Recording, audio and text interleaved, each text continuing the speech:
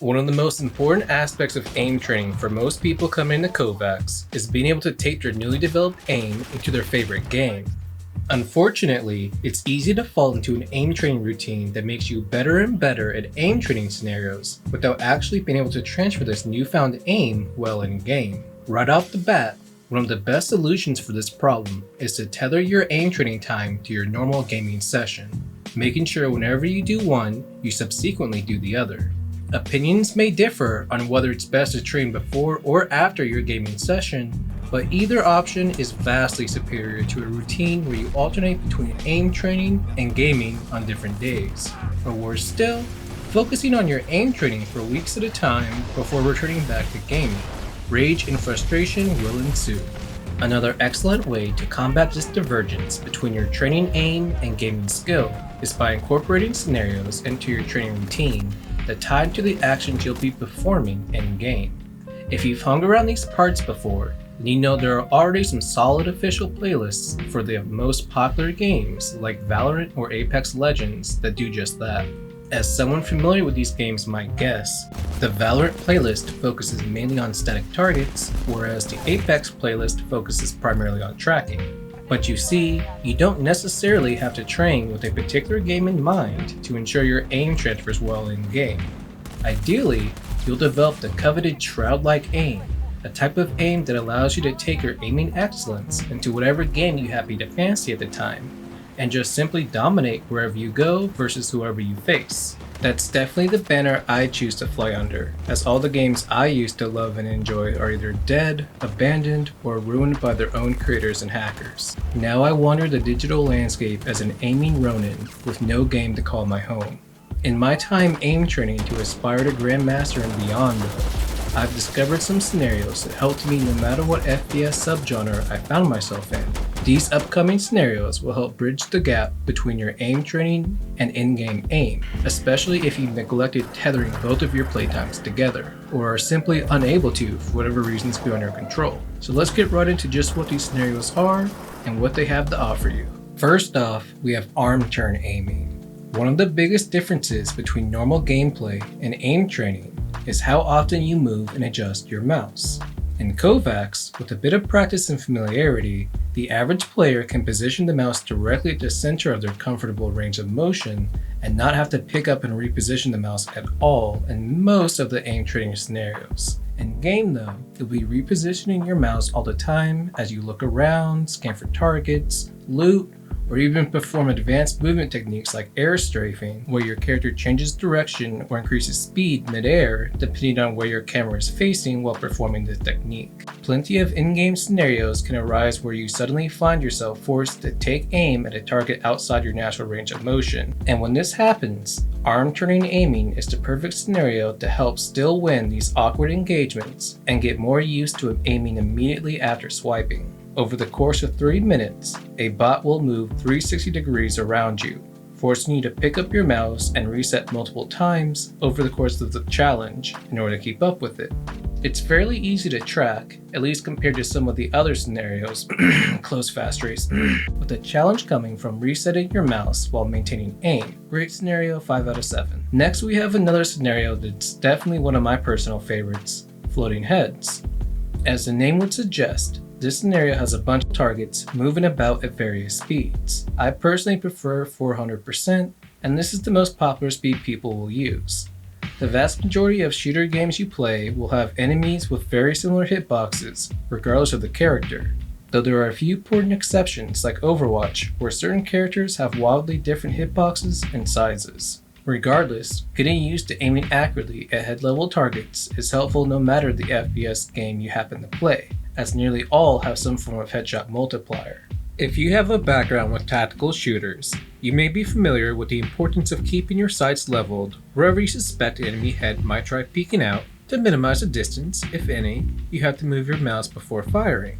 This scenario is uniquely beneficial here, as you readjust your aim horizontally from each target while keeping your crosshairs at head level, just as you would if you were trying to quickly snap from one headshot kill to another nearby opponent in a high stress situation where headshots are critical to surviving the encounter. This also works fairly well for games like Apex, where certain single-fire weapons like the Wingman require consistent follow-up headshots. But this next scenario is what's really good for that kind of aiming, pursue 3-click. Many FPS games have revolver-type weapons that require single-click follow-up shots to take down a target, like Overwatch's McCree or the aforementioned Apex Wingman, so being confident tethering multiple shots on the same moving target is an important skill to have in your back pocket. Pass-through 3-click serves this exact purpose, as the reload on kill mechanic helps keep you focused on a single target until you hit all 3 shots, as the name implies. Anyway, great scenario, very versatile, give it a try. If you've watched some of my other videos, then this next scenario will probably be recognizable to you, narrow strafe. What makes this scenario just so good for being incorporated directly in-game is how it simulates an actual player typically trying to dodge you. The bot jumps, jukes, and even ducks just as a player would, with the erratic nature of the bot actually making it more difficult to track than what you might expect to see in-game going up against normal players. Regardless of the FPS genre, most players when strafe dodging go for narrow strafes of some kind, whether it's vibrating in place looking silly as they spam the left and right movement keys too fast to be effective, or switching up between long and short strafes while weaving jumps and spam crouches like a movement sweat from Apex. All of this dodging will occur in a narrow space in front of you, and that's exactly what this scenario trains for. The last scenario we have is close fast strafe shotgun. This is the scenario I always train with whenever I anticipate some sort of in-game shotgun action coming up. If you can hit these targets consistently, there probably isn't a player on earth you couldn't shot a one-tap. Plus, with shotguns being so ubiquitous in every FPS game out there, it's another useful skill to have in a pinch. You never want to find yourself in a situation where you're forced into a close quarters fight with only a shotgun at hand and have no confidence with using it. Close fast strafe shotgun will give you that confidence as you become used to landing shots on an erratic, fast moving target. Plus, the target takes multiple shots to down, which is a good simulation for whenever your shotgun decides it just isn't feeling it that day and stops offering its one hit kill potential for seemingly no reason at all. Also ubiquitous in every game. While these 5 scenarios are just some of my favorite examples, they hopefully illustrate what to look for in a scenario whenever you're looking to bridge the gap between trained aim and in-game aim, as well as train for the FPS genre in general beyond just mouse control.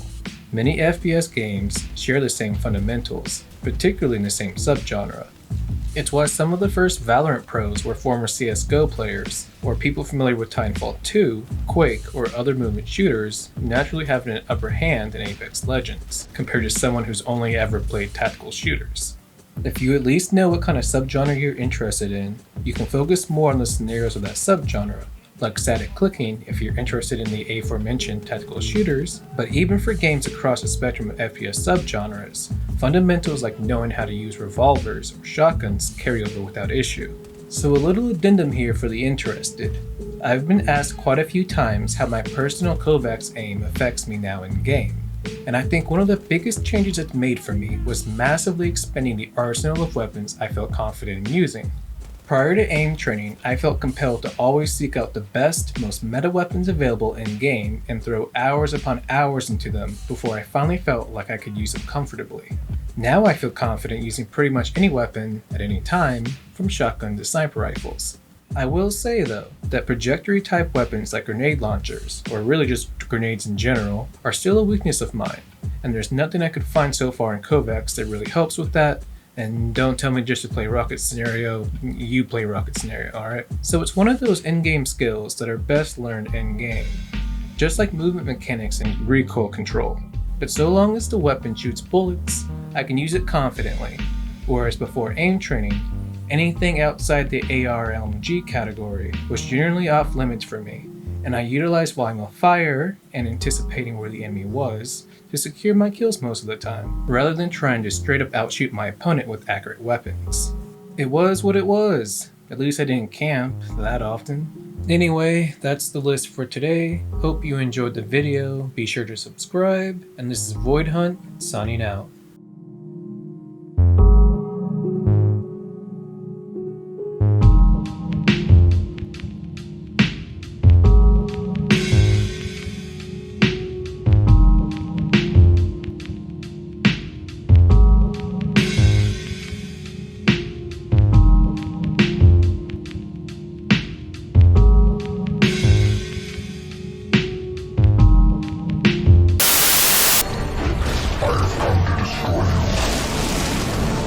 was a big one. 42 waist, same size as me. I'm gonna ask him where he buys his pants. It was quiet down there. Really gave me time to think. I realize now. It was my underwear.